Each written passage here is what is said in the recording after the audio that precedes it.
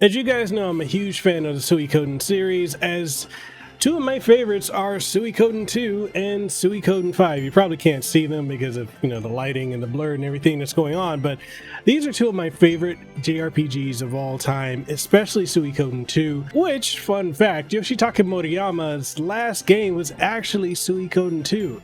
So Suikoden 3, 4, 5, and Tactics weren't even made by him, even though there's a good rivalry between 5 and 2, with which is better, although a lot of people tend to lean towards 2, which is incredibly hard to come by and pretty much inaccessible these days unless you have a PlayStation 3 or PlayStation Portable or Vita, or there's emulation if you want to go that route. I won't judge you. And since the last entry, which was Suikoden 5, in 2006, we have not received a new entry in the franchise, which leaves many people to believe that it's dead. Technically, there was one that was released in 2011, but that was in Japan only, which only now is recently translated. I'll leave a link for that translation down below, but effectively in the West, Suikoden has been dead. And thus, it brings us here today with what we're going to talk about being the successor to Suikoden, which today, of the two games being Eiyuden Chronicle Rising and Eiyuden Chronicle 100 Heroes, we're going to be covering Rising because that is the setup and the lead into 100 Heroes, and it's only $15 for a pretty decent game, so we're going to talk about that and more. Let's go ahead and get into it. This wasn't written with your comfort in mind. Nah. Made my decision, wasn't tough to decide. Nah. Me and my boys, we get it done every time.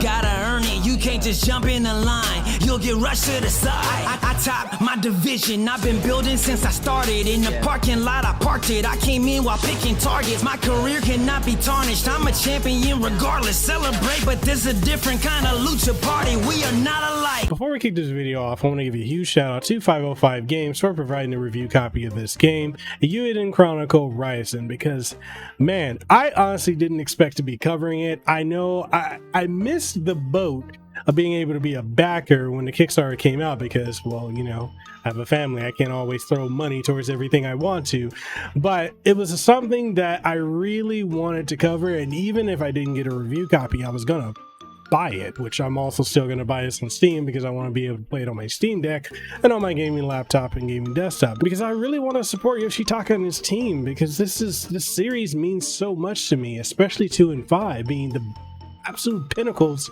of the Suikoden series. Even though this isn't technically a Suikoden game, Eiyuden is a Suikoden game in the spiritual sense. It is a spiritual successor. And so the best way to describe that would be what Bloodstain is to Castlevania, so you have an idea. We're going to talk about everything that comes with Eiyuden Chronicle Rising as far as the gameplay, graphics, sound, controls, and all that. Before we do all that, gentle reminder, if you haven't already and you enjoy the content I put out, or if you're first time here and you're just excited to see what my thoughts are on this game, then make sure you subscribe to the channel and ding the notification bell. And if you want to support the content further, we do have channel memberships here as well as Patreon, with links to everything in the description below. With all that being said, let's go ahead and dive into Eiyuden Chronicle Rising, the review. The story of Eiyuden Chronicle Rising kicks off with a wandering member of the Scavengers clan of treasure hunters known as CJ, who is on her way to New Nevea to complete her rite of passage, as is the tradition for the Scavengers clan members as they come of age. On her way to New Nevea, CJ crosses paths with some bandits looking to rough up traveling merchant Hogan, and proceeds to save Hogan and beat up the bandits. Hogan offers to escort CJ to the town, which leads CJ to meeting with the acting mayor of New Nevea, Isha, who is a strict leader and considered by some characters in the game to be just a little bit rapacious. Just a little bit. Isha has enacted a rule that any adventurer looking to treasure hunt in New Nevea will require an explorer's license, of which can only be obtained by either helping out the citizens of the town and getting stamps, or by paying a fee of 10,000 bakuya. Desperate to get an explorer's license so that she may search for a lens and explore the quarry, CJ helps the citizens of the town and goes on to encounter the mysterious Guru, whom she eventually teams up with. As the town is rebuilt and new establishments are built, mysterious events begin to take place and ultimately lead to the destinies of CJ, Isha, and Guru becoming entwined. EC Rising, which is what I'm going to refer to it going forward, is primarily a side-scrolling action-adventure platformer that is also RPG light with an experience system and includes crafting and AC building system, which is bound to the bulk of quests that you're going to be going on. Now, that's a lot of different genres mixed into one experience, and I'm honestly here to tell you that not all of them are done as effectively or as smoothly as they could have been. You will explore dungeons, which will have multiple branching paths that will require you to fight monsters as you loot various items and artifacts that you gain from defeating monsters, destructible objects in the environments, and treasure chests. Items acquired can be utilized for both the completion of quests given to you by the townsfolk and also the crafting of items and upgrading of weapons and armor. Completing quests not only opens up more of the town, but also nets you stamps that can be obtained with a total of 30 stamps, which gives you a special something if you go out your way to get all 30 stamps. Upgrading gear gives your gear new levels, as well as gives each character not only stat boosts, but also new unique abilities as well, which helps with combat and general dungeon traversal. If you've played Lost Epic, which is a game I highly recommend you play on Steam, it's truly amazing. I think you should go play it. Then the combat here will feel very much at home, as the combat starts off really slow. CJ is initially only being able to attack and jump, with her unique ability being that she can forward and backdash. And so the first dungeon, the Great Forest, can feel very stiff, as you won't have much in the way of maneuverability or offensive options.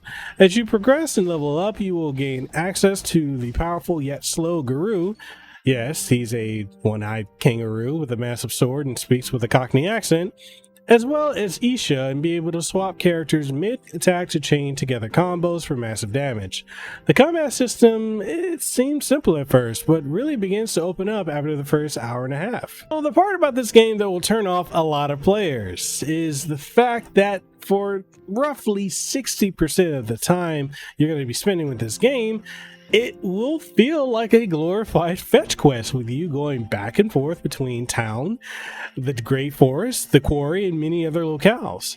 This constant back and forth and having to sit through extensive dialogue, although it's skippable, that does its job in setting up the stage for the events of the upcoming 100 Heroes, yet can feel like it just drags on with you having little opportunity to actually play the game until you're more than half an hour into the game, where you get the chance to go to the first dungeon. And honestly, I can understand if a lot of people put the game down due to the terrible pacing in the beginning, yet I would encourage you to at least put an hour or two into the game to see how it starts to open up and become much more than what it initially seems.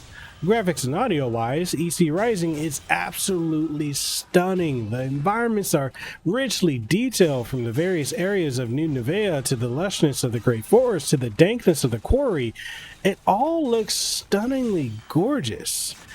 Truthfully, the main issue I can see many having is the animations for characters are not very well animated and seem stilted. If you aren't used to the art style that the developers are going for, which is similar to the style used in games like Lost Epic and 13 Sentinels. The music is catchy, with many whimsical tune that you'll find yourself humming and bopping your head to, which might have you wondering, is there anything music-wise that will stick with you in the way that the majority of the Suikoden series OST has for the last several decades? Honestly, no, and that's kind of unfortunate. So in wrapping everything up, is Eiyuden Chronicle Rising both a worthwhile setup to Eiyuden Chronicle 100 Heroes, and is it ultimately a game worth your time? As a fan of the Suikoden series, I will say yes, because I can tell that the game is the building blocks for a grand story to be told in 100 Heroes. However, I won't say that everyone will find something in this game to enjoy, just generally due to the poor pacing in the first hour of the game, and on top of that, all the fetch quests. If you're willing to be patient and work past the incredibly slow first hour, then you will find that the game has some incredible writing, fantastically witty and endearing characters, very fun and incredibly competent gameplay that's ultimately rewarding, and generally a good time, especially for a $15 game. Eiyuden Chronicle Rising is a good start, albeit a slow start, to this new spiritual successor of Suikoden, and it's a game that I recommend that you give a chance, if you're patient. If not, then hey, here's what it is. And that wraps up the review for Eiyuden Chronicle Rising. Again, thank you to 505 Games for providing a review copy of this for me to cover. Because honestly, like I said, I didn't think I was going to get a copy of this game because I was honestly just set to just go out and buy it, which I still plan to. I'm going to get it on Steam, as I said. This game is really good. It's just, unfortunately, too fetch quest heavy and very slow at the beginning. But if you could sit through that, you will find something to like here. The gameplay opens up and becomes fairly deep and intricate. And, you know, with the town building, the world building, the characters, the banter, all just the amazingness that is, in essence, a Suikoden title is here.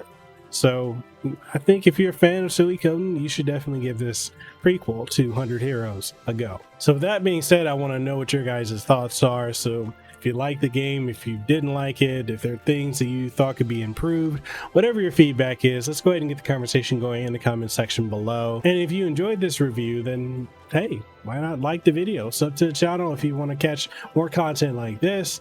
And also, if you want to support what we do, we have channel memberships here on YouTube, as well as Patreon, and also merch on Teespring and TeePublic. So with all that being said, I'll catch you guys in the next one. I hope you have a blessed and aloha-filled day, and I'll see you when I see you.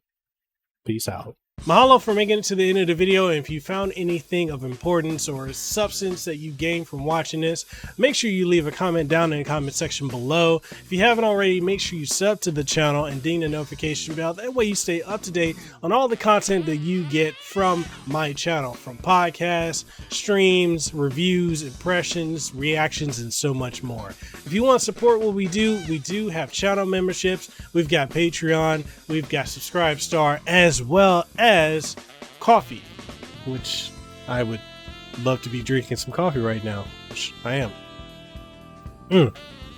That's some good coffee. But anyway, we got all of that, and we also have merch on Teespring and TeePublic, so make sure you go check that out. And all that being said, I just hope to see you in the next video that I put out. So hey, see you around.